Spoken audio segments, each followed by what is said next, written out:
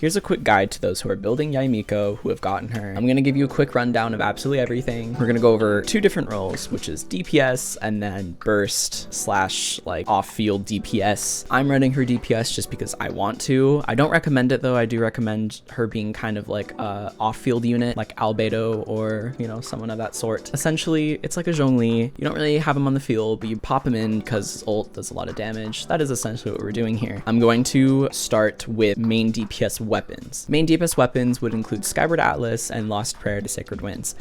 Solar Pearl is an amazing alternative. It's very similar to the 5-star Catalyst, you know, which is nice because then you don't have to roll for it, which is perfect. And Widsith, of course. This one, these can all be 4 into the main DPS slot. For the burst, off-field DPS, Sacrificial Fragments, or Map of Mare. Both of these weapons, it's just your choosing. I mean, I would prefer Map of Mare. I think this gives more. I'm not really sure. I leveled this because I thought her elemental skill cooldown was going to be a lot longer, so that's why I level 90'd this, but I think this one might be better because elemental reaction. Oh, yeah. You likely want elements on the field. I mean, if you're doing elemental mastery, it only makes sense.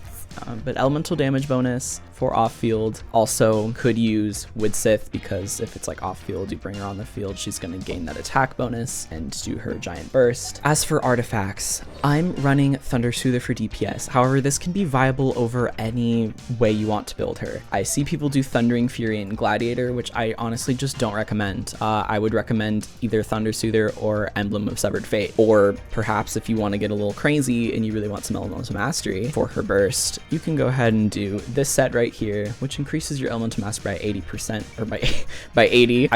I just co-opted with a person who did the Thundering Fury set, and I do more damage. But this is a person that was level 90, had the same level talents as me, and had the level 90 5-star Catalyst, and I did not fall that far behind using Thunder Soother. Thunder Soother is very, very underrated for Electro units. Do not be intimidated by the fact that it says Electro resistance increased by 40%. I know it sounds pretty stupid and useless, but the 4P set is what makes this set so good. I got lucky with my stats on here. I have a bunch of energy recharge and elemental mastery. This might be a struggle for most people and why they would probably want to go with an emblem set or Wanderer's Trope. Apologies if I'm saying that wrong, but if you're doing DPS, I say some Thunder Soother, and if you're doing just burst, I would go with this set, and maybe you can include Thundering Fury, but if you're going for DPS and you're doing Thundering Fury and Gladiator, it's not going to get you that far. So best you do Thundering Fury and this set 2-piece each, or you could do emblem, not just the 2-piece. I wouldn't mix this up. I would just keep it as emblem. I hope to do some big crits with this thing. Most I've done was 70,000 per tick, or like 72,000 or something. So I'm having a lot of fun with her. If this was helpful, leave a like